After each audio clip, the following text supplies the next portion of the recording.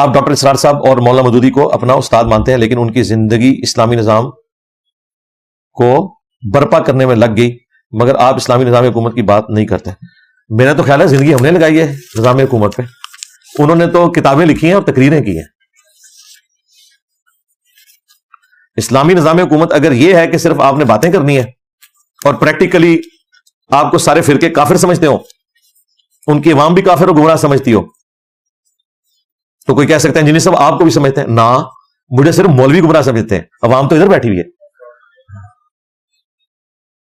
Doctor صاحب کی تبلیغ سے کتنے بریلوی دیوبندی اہل حدیث ہیں جنہوں نے اپنے عقیدے صحیح کر لیے ہیں؟ وہ ایک دیوبندیوں کے سسٹم سے نکلے تھے، دیوبندی پوری زندگی انہیں سپورٹ کرتے رہے. مودودی صاحب کو بھی یہی تھا، یہ چاند ایک اہل حدیث سے اٹیچ ہو کے بریلوی تو انہیں کافر سمجھتے ہیں، عوام بھی اور علماء بھی.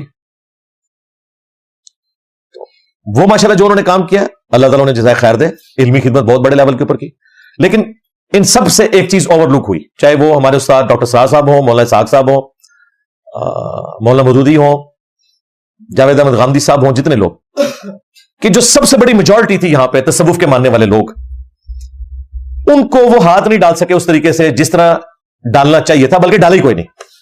وہ اپنی طرف سے حق بیان کرتے رہے لیکن ان کے مرض کی تشخیص نہیں کی. وہ ہم نے کی ہے کہ اصل مرض بابے ہیں. مودودی صاحب پہ الزام لگا کہ یہ دعوی نبوت کر کے مرے گا. مودودی صاحب کو اسٹوڈنٹس کہتے تھے جواب دیں، انہوں نے کہا میں جواب نہیں دوں گا، فائدہ کوئی نہیں، میں بغیر دعوی نبوت کیے دنیا سے جاؤں گا اور یہ میرا جواب ہوگا.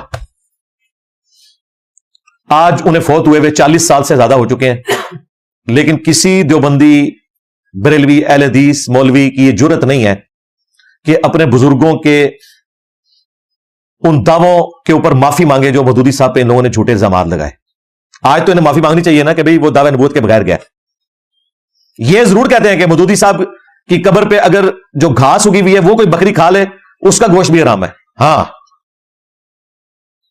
ایک مودودی سو یہودی آج تک کہہ رہے ہیں. تو مودودی صاحب نے کبھی انہیں ریبٹل نہیں کیا جب انہیں کہا دعوی نبوت کرے گا. مجھے انڈیا سے ای میل آئی کہ مودودی تو قادیانی تھا. میں نے کہا یار ان کو تو سزائے موت اس وجہ سے ہوئی تھی، انہوں نے قادیانی مسئلہ کتاب لکھی تھی.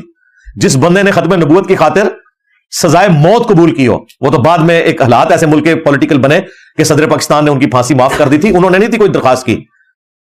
وہ پولیٹیکلی اتنا ملک کمزور ہو گیا تھا انہیں مجبوراً چھوڑنا پڑا، ادروائز ان کو پھانسی دے دینی تھی. انہوں نے اس شخص پہ تم قادیانی ہونے کا الزام لگا رہے ہو.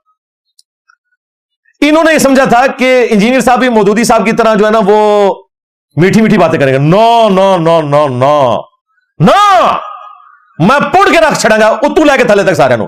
میرے نبی صاحب ہے ہی کوئی نہیں، تیرے بابے تے شاہی کوئی نہیں. مجھے انہوں نے قادیانی کہا، میں چشتی رسول اللہ، تھانوی رسول اللہ، شبلی رسول اللہ، اتنا کھرچیا سارے فرقے نو کینسر بنا کے رکھ چھڑیا جے. چھڑ گئے بابیاں نو تاں کہو اے تواڈے پیواں پیراں نو پے او پے گئے جے تواڈے بابیاں نو. یہ فرق دیکھا آپ نے پوچھا نا فرق کیا، میں نے فرق بتا دیا آپ کو. مودودی صاحب کہتے رہے میں مار کے جواب دوں، میں کہا میں انہوں مار کے جواب دیاں گا. ہائے ہائے ہائے، مودودی نے مار کے جواب دیتا، میں تواڈے بابے مار کے تانوں جواب دیتا. نہ سے تو چشتی رسول اللہ تھانوی رسول اللہ پارٹی ختم نبوت ہوتے چندے بٹور دے رہے ہو، صرف قادیانیوں کو برا کہتے رہے. یہ لوگ یہ نورا کچھ نہیں کرتے رہے. یہ قادیانی دجال کے صورت کار تھے، ان کے بزرگ بھی یہ بھی.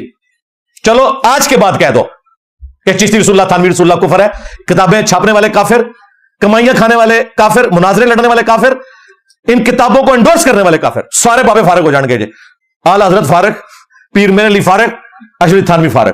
لو سامو تو مجھ سے نا یہ ایکسپیکٹ کرنا. بالکل میری طبیعت ہی ہو رہا ہے بھائی، میری طبیعت حضرت عمر والی ہے. انہوں نے سمجھا کہ حضرت عثمان والی طبیعت ہوگی. نو نو نو نو نو، میری طبیعت ایسی ہے ہی نہیں ہے کہ میں ویل لیفٹ کروں. اور یہ اللہ نے بنائی ہے طبیعت، یہ کوئی میں نے اڈاپٹ نہیں کی ہوئی ہے. اللہ کو پتا تھا کہ اس وقت کس بندے کی ضرورت ہے. ہاں، اس وجہ سے کسی پلے کھینچ نہ رہنا. تو اسلامی نظام کے اوپر ہم بات کر رہے ہیں. اسلامی نظام یہ ہوگا کہ سب سے پہلے دین تصوف کا خاتمہ پاکستان سے ہمیں چاہیے. توحید وہ چاہیے جو قرآن و سنت والی ہے. یہاں اسلامی نظام کا مطلب پتا کیا ہے کہ مولویوں کو لوگ ووٹ ڈالے، ووٹ پہ گئی نا سارے بریلوی باہر نکل آئے تو ٹی ایل پی والے آ جائیں گے حکومت میں. سب تو پہلے چھوڑے لان کے دیوبندیاں دے تے اہل حدیثاں دے، اور ساحل ادیم صاحب دے سارے وال انہوں نے منہ چڑھنے جے. ظاہر ہے ساحل ادیم صاحب تو کہتے ہیں میرے آئیڈیل مودودی صاحب ہے، وہ تو مودودی میں یہودی سمجھتے جے.